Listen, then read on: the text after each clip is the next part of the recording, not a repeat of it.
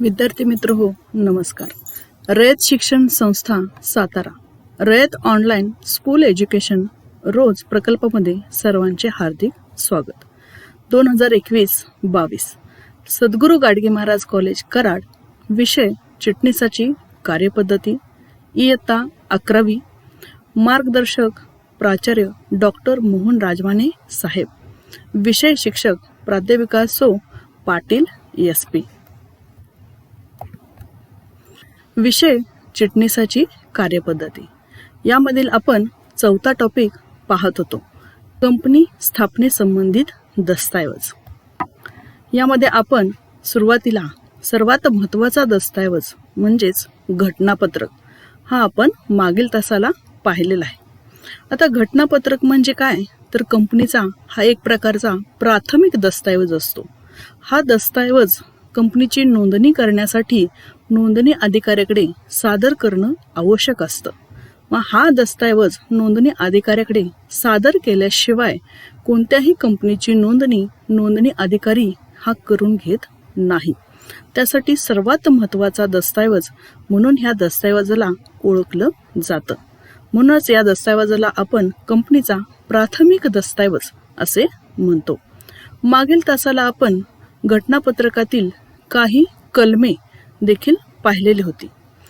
पहिले कलम पाहिलेलं होतं नाव कलम. आता नाव कलम म्हणजे काय, तर कंपनीचे नाव याच्यामध्ये नमूद केलेले असते. म्हणजेच काय, तर कंपनीचं नाव हे सुरुवातीला कंपनीचे प्रवर्तक ठरवत असतात. मग ह्या प्रवर्तकांनी जे काही नाव ठरवलेलं असेल त्या कंपनीला ते नोंदणी अधिकाऱ्याला कळवणं आवश्यक असतं. म्हणून हे घटनापत्रकामध्ये सर्वात पहिलं कलम दिलेलं आहे ते म्हणजे नाव कलम. दुसरे कलम पाहिलेलं होतं आपण ते म्हणजे स्थळ कलम. या कलमामध्ये कंपनीचे कार्यालयीन पत्ता हा दिलेला असतो. म्हणजेच काय, तर कंपनी कोणत्या ठिकाणी आता सद्यस्थितीला अस्तित्वात असणार आहे त्या ठिकाणचा पत्ता म्हणजेच कंपनी कार्यालयाचा पत्ता हा दिलेला असतो. यावरून कोणत्याही नोंदणी अधिकाऱ्याला जर त्या कंपनीकडे काही पत्रव्यवहार करायचा असेल तर हा पत्ता त्या नोंदणी अधिकाऱ्याला माहीत असणं आवश्यक असतं. त्यासाठी घटनापत्रकामध्ये हे स्थळ कलम दिलेलं असतं. त्यानंतर उद्देश कलम, जबाबदारी कलम, भांडवल कलम आणि संघटन कलम या उरलेल्या 4 कलमांचा आपण आज अभ्यास करणार आहोत.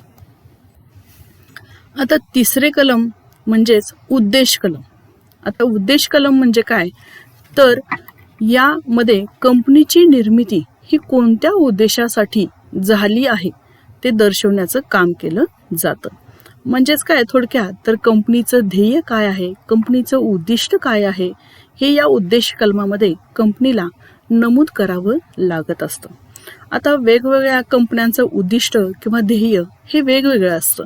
म्हणजेच काय, तर काही कंपन्या ह्या नफा मिळवण्यासाठी स्थापन झालेल्या असतात, तर काही कंपन्या हा सामाजिक विकास साधणे हा त्यांचा उद्देश असतो.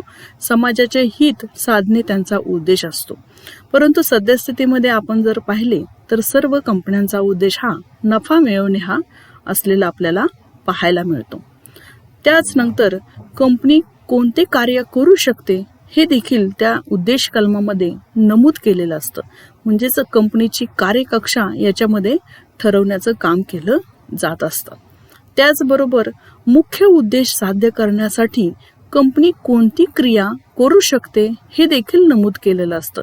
म्हणजेच काय, तर नफा मिळवणे या उद्देशाने कंपनी कोणकोणत्या क्रिया ह्या करू शकते हे देखील या उद्देश कलमामध्ये नमूद केलेलं असतं. त्याचबरोबर कंपनीचे उद्दिष्ट हे अवैध किंवा अनैतिक किंवा कंपनी कायदा किंवा दुसऱ्या कोणत्याही कायद्याचे उल्लंघन करणारे नसावे.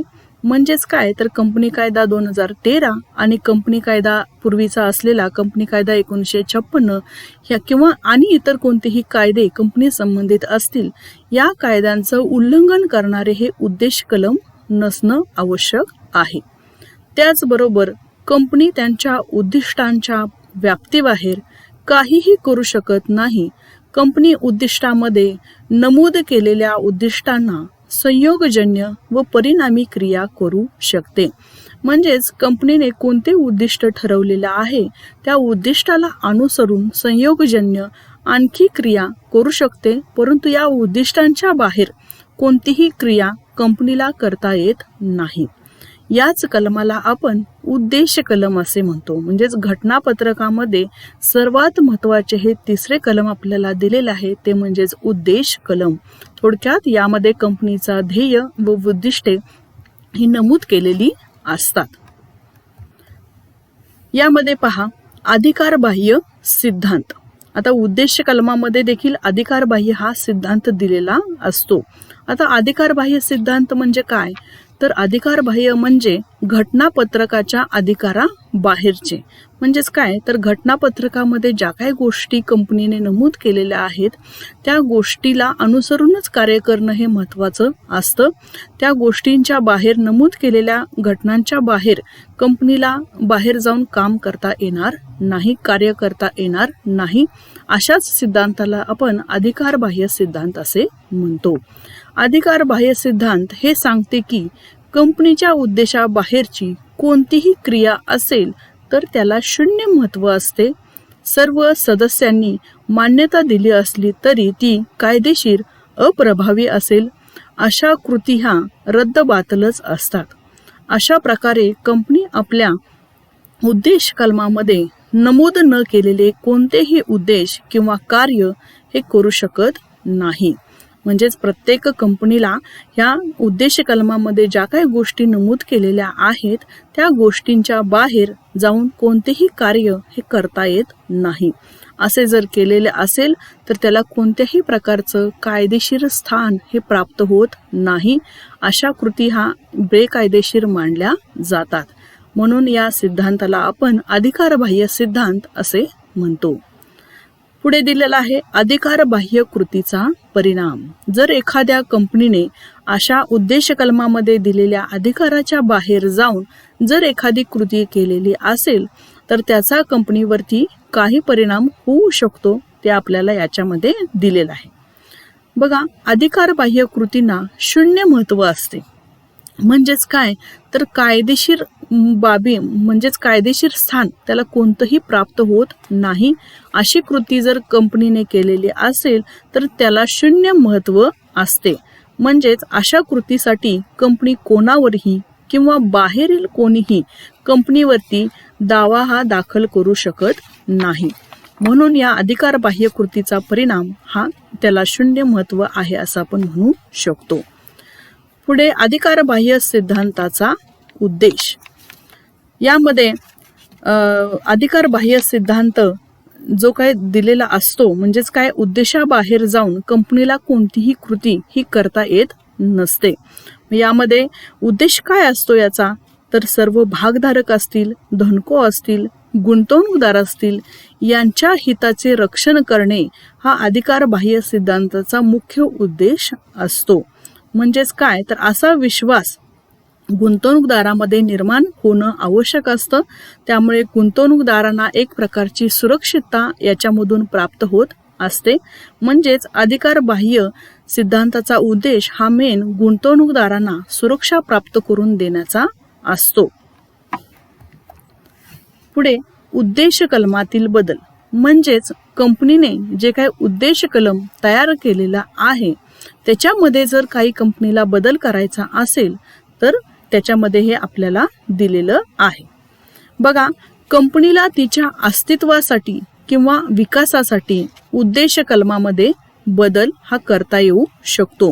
म्हणजेच काय, तर कंपनीने सुरुवातीला उद्देश कलम तयार केलेला आहे, परंतु कंपनीला तिच्या अस्तित्वासाठी किंवा कंपनीचा विकास करण्यासाठी कंपनीला उद्देश कलमामध्ये बदल हा करता येऊ शकतो.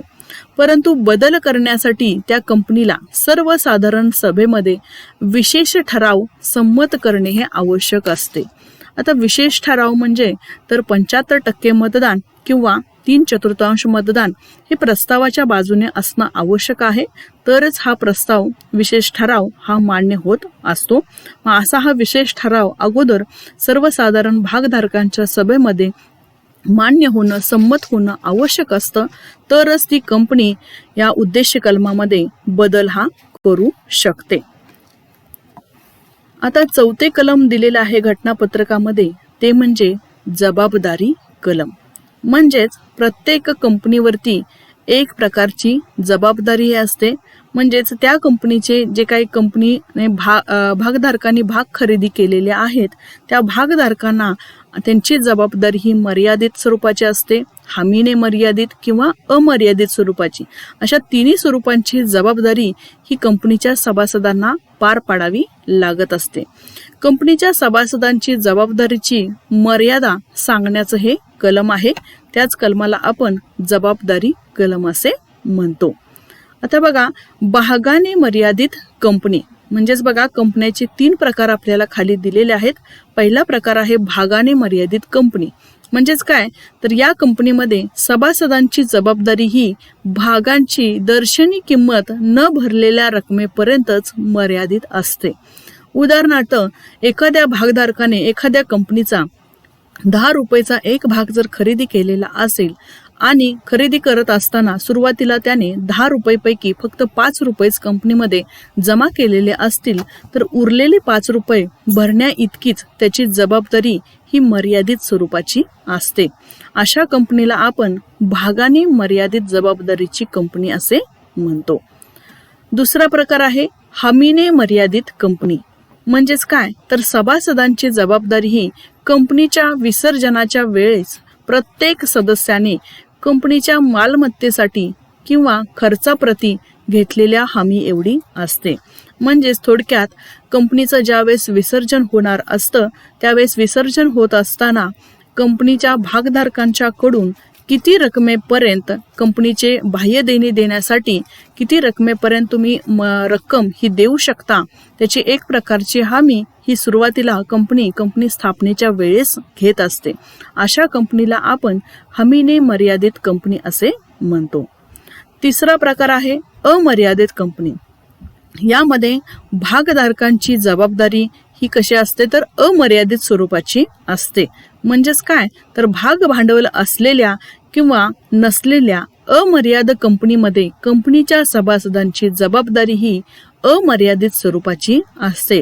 म्हणजेच अशा सभासदांना कंपनीच्या विसर्जनासमयी जेवढी बाह्य देणी द्यायची आहे तेवढी सर्व रक्कम त्यांच्या स्वतःच्या मालमत्तेतून व्यवसायामध्ये उपयोगात आणली जात असते. अशा सभासदांना किंवा कंपनीला आपण काय म्हणतो, तर अमर्यादित कंपनी असे म्हणतो. हे सर्वात महत्त्वाचं चौथं कलम आपल्याला घटनापत्रकामध्ये दिलेलं आहे, ते म्हणजेच जबाबदारी कलम. याच्यामध्ये कंपनीच्या सभासदांची जबाबदारीची मर्यादा ही सांगण्याचं काम केलं जातं. आता आपण या जबाबदारी कलमातील बदल पाहणार आहोत. म्हणजेच बघा, एखाद्या कंपनीने कंपनीच्या घटनापत्रकामध्ये जबाबदारी कलम हे स्पष्ट केलेलं असेल, नमूद केलेलं असेल, परंतु काही कालावधीनंतर जर त्या जबाबदारी कलमामध्ये जर कंपनीला बदल करायचा आवश्यक असेल, करायचा असेल, तर तो कंपनी कशा प्रकारे करू शकते. जबाबदारी कलमात बदल करावायचे असतील तर सभासदांच्या संमतीने लिखित स्वरूपात असणे आवश्यक असते. म्हणजेच काय, तर जबाबदारी कलमामध्ये जर बदल करायचा असेल तर सभासदांची संमती लेखी स्वरूपात कंपनीकडे असणं आवश्यक असतं. तसं जर सभासदांनी लिखित स्वरूपामध्ये लिहून दिलेलं असेल कागदपत्री, तर कंपनी काय करू शकते, तर या जबाबदारी कलमामध्ये बदल हा करू शकते. अन्यथा कंपनीला कोणत्याही प्रकारे जबाबदारी कलमामध्ये बदल करता येत नाही. कंपनी कायदा 2013 अंतर्गत कोणत्याही नियमात जबाबदारी कलम बदलासाठी कोणतीही तरतूद नाहीये, परंतु कायदेशीरपणे एक सभासद व कंपनी यामधील एक संबंध, एक करार आहे. यामुळे जबाबदारीत काही बदल करावायचे असतील तर सभासदांच्या संमतीने तेही लेखी स्वरूपात असणं आवश्यक असतं. अशा प्रकारे कंपनी जबाबदारी कलमामध्ये बदल हा करू शकते. आता पुढचे 5वे कलम आहे भांडवल कलम. त्यालाच आपण कंपनीचे कॅपिटल असे म्हणतो. हा सर्वात महत्त्वाचा घटक कंपनीमध्ये असतो. या भांडवलाशिवाय कंपनी कोणतेही कार्य कंपनीमध्ये करू शकत नाही. त्यामुळे सर्वात महत्त्वाचे कलम घटनापत्रकामध्ये दिलेले असते. आता या भांडवल कलमामध्ये काय नमूद केलेलं असतं, तर कंपनीचे नोंदवलेले भांडवलाची रक्कम ही त्यामध्ये नमूद केलेली असते. आता नोंदवलेले भांडवल म्हणजेच काय, तर कंपनी ज्या ठिकाणी अस्तित्वात आहे त्या ठिकाणी असणाऱ्या विभागामध्ये जो कोण नोंदणी अधिकारी असेल त्या नोंदणी अधिकाऱ्याकडे आपल्या भांडवलाची नोंद करून घेणं आवश्यक असतं आणि ती नोंद झाल्यानंतर त्याला आपण नोंदवलेले भांडवल असे म्हणतो. हे नोंदवलेले भांडवल किती आहे हे या भांडवल कलमामध्ये कंपनीने नमूद करणं आवश्यक असतं. पुढे दिलेलं आहे नोंदणीकृत भांडवल म्हणजेच काय, तर या भांडवलालाच आपण ज्या नोंदणी अधिकाऱ्याकडे जे नोंदवलेले भांडवल आहे अशा भांडवलालाच आपण नोंदणीकृत भांडवल असे म्हणतो. पुढे दिलेलं आहे जास्तीत जास्त भांडवल उभारण्याची मर्यादा त्याच्यामध्ये नमूद केलेली असते, त्यालाच आपण अधिकृत भांडवल असे म्हणतो. उदाहरणार्थ कंपनीची स्थापना करत असताना 5 लाख रुपये जर भांडवलाची आवश्यकता असेल तर कंपनी 5 लाख रुपये भाग भांडवलाची विक्री न करता तर कंपनी त्याच्यापेक्षा जास्त रकमेने काय करत असते, भागांची विक्री करण्यासाठी काढत असते. त्या जे काही जास्त रक्कम कंपनीने सांगितलेली आहे त्या रकमेलाच आपण अधिकृत भांडवल असे म्हणतो. म्हणजेच कंपनीला सुरुवातीला 5 लाख रुपये भांडवल आवश्यक होतं, परंतु कंपनीमध्ये 5 लाख रुपये घटनापत्रकामध्ये न लिहिता 10 लाख रुपये जर तिथे लिहिलेलं असेल तर उरलेले वरचे जे 5 लाख रुपये जास्तीचे लिहिलेले आहेत ते म्हणजेच कंपनीचं असणारं अधिकृत भांडवल. म्हणजेच कंपनीला भविष्यामध्ये जर आणखी काही भांडवलाची आवश्यकता असेल तर कंपनी उरलेल्या भाग भांडवलामधून भागांची विक्री करून भांडवलाची उभारणी ही कधीही करू शकते. म्हणूनच अशा भांडवलाला आपण अधिकृत भांडवल असे म्हणतो. ते देखील या भांडवल कलमामध्ये नमूद केलेले असते. त्याचबरोबर भांडवल कलमामध्ये कंपनीने भागांची एकूण संख्या नमूद करणं आवश्यक असतं. म्हणजेच कंपनीने एकूण किती भाग विक्रीस काढलेले आहेत किंवा किती कंपनीचे एकूण भाग आहेत या भागांची संख्या या भांडवल कलमामध्ये नमूद करणं आवश्यक असतं. त्याचबरोबर भागांची दर्शनी किंमत यानुसार देखील भाग भांडवलाची एकूण रक्कम. आता दर्शनी किंमत म्हणजे काय असतं, तर कंपनीने त्या एका भागाची ठरवलेली एक किंमत असते, त्या किमतीला आपण दर्शनी किंमत असे म्हणतो. यानुसार भाग भांडवलाची एकूण रक्कम म्हणजेच एकूण भाग आणि भागाची असणारी दर्शनी किंमत बरोबर भाग भांडवलाची एकूण रक्कम म्हणजेच कंपनी किती रकमेपर्यंत एकूण भाग भांडवलाची भागांची विक्री करून भांडवल उभारणी करू शकते याची एकूण रक्कम देखील या भांडवल कलमामध्ये नमूद केलेली असते. जर एखाद्या कंपनीने अधिकृत केलेल्या रकमेपेक्षा अधिक निधी उभारणीसाठी अधिक भाग वितरित करावायचे असतील तर कंपनीला भांडवल कलमामध्ये बदल करणे हे आवश्यक असते. आता बघा भांडवल कलमातील बदल म्हणजेच काय, तर एखाद्या कंपनीला आपल्या भांडवल कलमामध्ये जर बदल करावायचा असेल तर तो कशा प्रकारे करता येऊ शकतो. एक म्हणजेच नियमावलीमध्ये तरतूद. म्हणजेच कंपनीचा तिसरा महत्त्वाचा जो दस्तऐवज आहे तो म्हणजेच काय, तर नियमावली. म्हणजेच काय, तर याच्यामध्ये कंपनीचे नियम व अटी ह्या नमूद केलेल्या असतात. या नियमावलीमध्ये कंपनीने तशी तरतूद करून ठेवणं आवश्यक असतं. जर कंपनीला भविष्यामध्ये जर आणखी भांडवलाची आवश्यकता असेल तर कंपनी या घटनापत्रकातील भांडवल कलमामध्ये बदल करू शकते. अशी नियमावलीमध्ये तरतूद असेल तरच ती कंपनी या भांडवल कलमामध्ये बदल हा करू शकते. उदाहरणार्थ पूर्ण देय भागांचे भाग साठ्यामध्ये रूपांतर करणे, अधिकृत भांडवलात वाढ करणे. म्हणजेच कंपनीचं जे काय अधिकृत भांडवल आहे त्याच्यामध्ये देखील कंपनीला वाढ करता येऊ शकते, परंतु तशी नियमावलीमध्ये तरतूद असणं आवश्यक असतं. त्याचबरोबर म्हटलेलं आहे भांडवल कलमामध्ये बदल करण्यासाठी सर्वसाधारण सभेत सामान्य ठराव हा संमत करणं आवश्यक असतं. आता सामान्य ठराव म्हणजे काय, तर प्रस्तावाच्या बाजूने असलेली मते प्रस्तावाच्या विरुद्ध मतापेक्षा जास्त असणे. म्हणजेच थोडक्यात जेवढे सभासद सभेस उपस्थित असतील त्या सभासदांच्या पैकी प्रस्तावाच्या विरुद्ध बाजूच्या पेक्षा जास्त मते जर असतील तर हा सर्वसाधारण सभेत हा सामान्य ठराव हा संमत होत असतो. असा ठराव जर भांडवल कलमामध्ये बदल करण्यासाठी जर मंजूर झालेला असेल तरच कंपनी या भांडवल कलमामध्ये बदल करू शकते, अन्यथा कंपनीला तसा बदल करता येत नाही. 6वं कलम आहे संघटन कलम. सर्वात शेवटचं म्हणजेच घटनापत्रकातील शेवटचं कलम म्हणून देखील हे ओळखलं जातं. या कलमामध्ये सभासद कंपनी निर्मितीची घोषणा करतात. म्हणजेच काय, खऱ्या अर्थाने कंपनी या संघटन कलमानंतर खऱ्या अर्थाने कंपनीची सुरुवात खऱ्या कामकाजास करू शकते. म्हणजेच या कलमामध्ये सभासद कंपनी निर्मितीची घोषणा करतात. म्हणजेच काय, तर सार्वजनिक कंपनी असेल तर त्यामध्ये किमान 7 सभासद असणं आवश्यक असतं. खाजगी कंपनी असेल तर किमान 2 सभासद असणं आवश्यक असतं. एक व्यक्ती कंपनी असेल तर 1 सभासद. या सर्व सभासदांची स्वाक्षरी कंपनीच्या घटनापत्रकामधील संघटन कलमामध्ये असणं आवश्यक असतं आणि त्यानंतरच खऱ्या अर्थाने कंपनीच्या कामकाजास सुरुवात ही करू शकते. म्हणजेच या कलमामध्ये कंपनीचे निश्चित भाग घेण्याची हमी हे भागधारक देत असतात आणि या भागधारकांनी घटनापत्रकावरती सही केल्यानंतर प्रत्येक सभासदाने आपले नाव, पत्ता, हुद्दा व व्यवसाय एका साक्षीदारासमोर नमूद करणं हे आवश्यक असतं. हे नमूद केल्यानंतर खऱ्या अर्थाने हे कंपनीचे सभासद होत असतात आणि हे सभासद झाल्यानंतर खऱ्या अर्थाने कंपनी कामकाजाची सुरुवात करत असते. म्हणून हे शेवटचं कलम आपल्याला घटनापत्रकामध्ये दिलेलं आहे ते म्हणजेच संघटन कलम.